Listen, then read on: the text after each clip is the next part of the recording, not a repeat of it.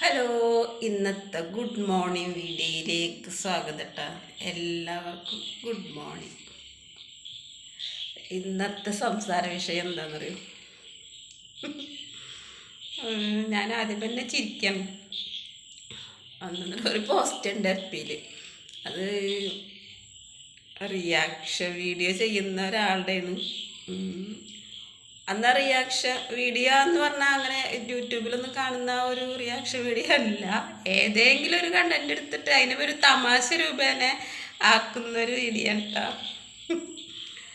അപ്പം അതെന്താ വെച്ചാൽ,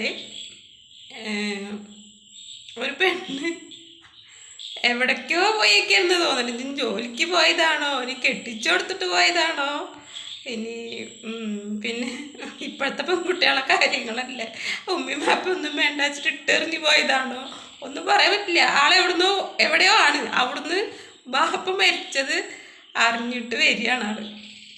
അപ്പോൾ ബാപ്പ മരിച്ചതും മയത്തെടുക്കലൊക്കെ കഴിഞ്ഞെന്ന് തോന്നുന്നുണ്ട്. അപ്പോൾ ആരോ അവളോട് ചോദിച്ചത്ര ഉപ്പ മരിച്ചത് അറിഞ്ഞോന്ന്. ആരെ കമൻറ്റ് ബോക്സിലിട്ട് അതിൻ്റെ ഒരു ഇതും കാണാണ്ട്. അവൻ എനിക്ക് കണ്ടണത്തോണ്ട് വഹിക്കാൻ പറ്റണില്ല. അപ്പോൾ അത് അറിഞ്ഞിട്ട് അവൾ വന്നിട്ട് അവളെന്താ കാട്ടിക്കണെന്ന് അറിയാം. അവൾ ഉപ്പാൻ്റെ കബറിങ്ങൾക്ക് പോയി മറയുന്ന പള്ളിക്ക് പോയിട്ട് യാസീൻ ഓതിയിട്ട് അവൾക്ക് സമയമില്ല. എന്നിട്ട് യാസീൻ എന്താ ഒരു പേപ്പറിൽ എഴുതിയിട്ടാ ചുമരും പൊട്ടിച്ച് പോകുന്നതെന്നാണ് അവൻ പറയണത്. പക്ഷെ എനിക്ക് മനസ്സിലായത് എന്താ വെച്ചാൽ, യാസീന് എഴുതിയിട്ട് പേപ്പറിൽ എഴുതിയിട്ട് വലിയ അക്ഷരത്തിൽ എഴുതിയിട്ട് അവിടെ ഒരു യാറെന്തോണ്ട് തോന്നുന്നു. അപ്പോൾ വലിയ അക്ഷരത്തിൽ എഴുതിയിട്ട് ചുമരും പൊട്ടിച്ചിട്ടുണ്ട്. അതായത് എനിക്ക് തോന്നുന്ന പെണ്ണുങ്ങൾക്ക് പുറത്ത് നിന്നിട്ട് ഈ യാസി കാണാതെ അറിയാത്തവർക്ക് കണ്ടിട്ട് ഓതാനായിട്ട് അവിടെ അവർ കമ്മിറ്റിക്കാർ ചെയ്ത വെട്ടിച്ചതാണെന്നാണ് എനിക്ക് തോന്നിയത്. പക്ഷെ റിയാക്ഷൻ വീഡിയോ ചെയ്യുന്ന ആളെന്താ പറയുന്നത് വെച്ചാൽ, അവള് വാപ്പാടെ കബർ യാസീനോ അതവൾക്ക് സമയമില്ലാണ്ട് യാസീന് പേപ്പറിൽ എഴുതി ഒട്ടിച്ചിട്ട് പോകുന്നുണ്ട്. അവളവിടെ നിന്ന് വരുന്നത് ബസ്സിലിരുന്നിട്ടൊക്കെ വീഡിയോ എടുത്തിട്ടുണ്ട്.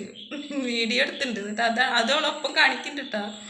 പിന്നെ എന്താണ്, ഉപ്പ മരിച്ചാണ് കബറ് വിശാലാക്കി കൊടുക്കട്ടെ എന്ന്, എല്ലാവരുടെയും മരിച്ചവരൊക്കെ കബറ് വിശാലാക്കി കൊടുക്കട്ടെ എന്ന് പറഞ്ഞതാണ് അവ പറയണത്. പക്ഷെ അങ്ങനെ പറഞ്ഞിട്ടില്ല. എൻ്റെ ഉപ്പയുടെ കബറ് വിശാലമാക്കി കൊടുക്കട്ടെ എന്നാണ് അവൾ പറഞ്ഞിട്ടുള്ളത്.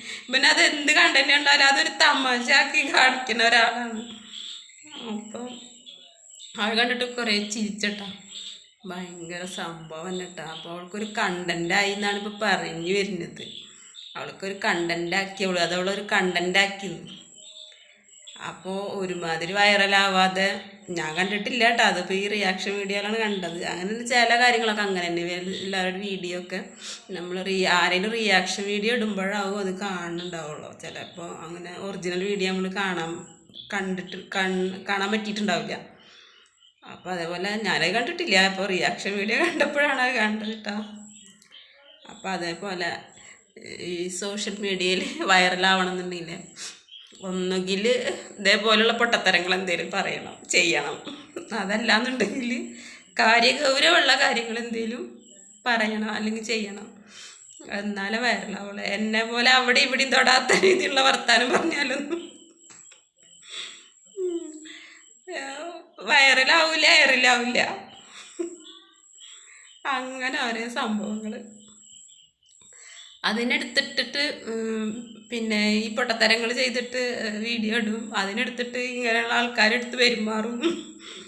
അപ്പോഴാണ് മറ്റുള്ളവരറിയാം എന്താ ഇവർ ഈ പൊട്ടത്തരങ്ങൾ ചെയ്യണത്.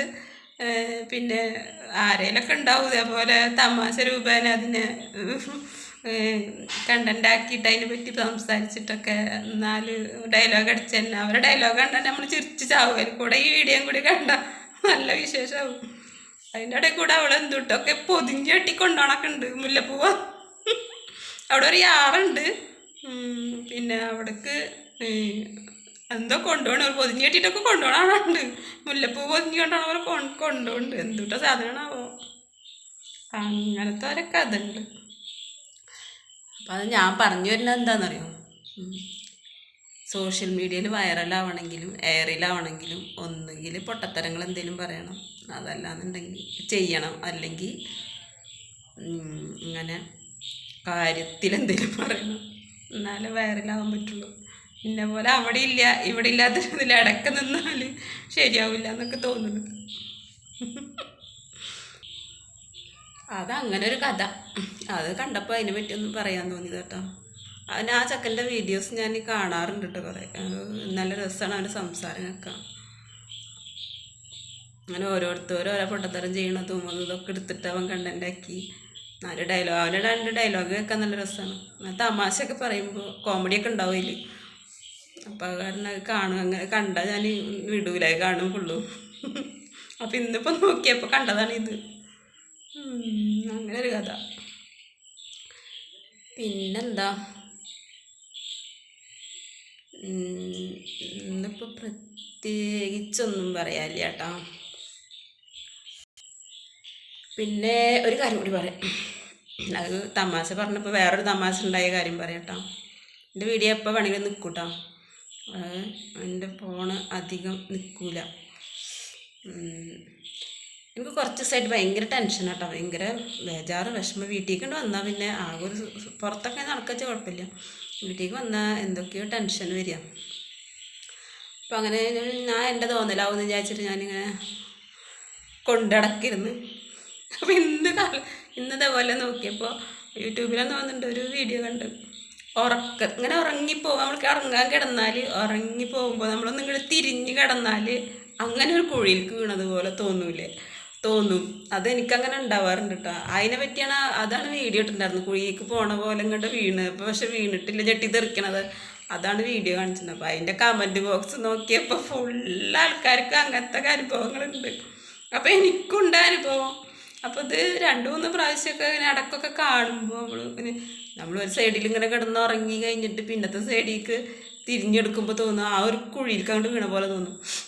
അപ്പോൾ എനിക്ക് ഭയങ്കര ടെൻഷൻ. അങ്ങനെ 2-3 പ്രാവശ്യമൊക്കെ ആയപ്പോഴേ ഇടയ്ക്കിടയ്ക്ക് ഇങ്ങനെ അങ്ങനെ കുഴിക്ക് വീണ പോലെ തോന്നുമ്പോൾ അപ്പോൾ ഞെട്ടിത്തെറിക്കും ചെയ്യും, വല്ലാണ്ട് ഞെട്ടിത്തെറിക്കും, നമ്മൾ ഉണരുകയൊക്കെ ചെയ്യും.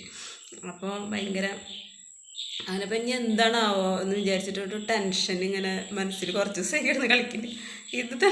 ഈ വീഡിയോ കണ്ടിട്ട് അതിൻ്റെ കമൻറ്റ് ബോക്സ് നോക്കിയപ്പോൾ ഫുൾ ആൾക്കാരും അതൊക്കെ ഉള്ള ആൾക്കാരെന്നൊക്കെ അനുഭവമുള്ള ആൾക്കാരാണ്.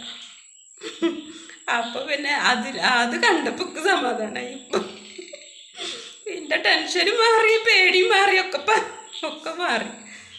വയ്യ, അങ്ങനത്തെ കുറേ കഥകളാണ് മക്കളെ. അപ്പം എന്നാലും ഓക്കെ, എല്ലാവർക്കും ഒരിക്കൽ കൂടി ഗുഡ് മോർണിംഗ്.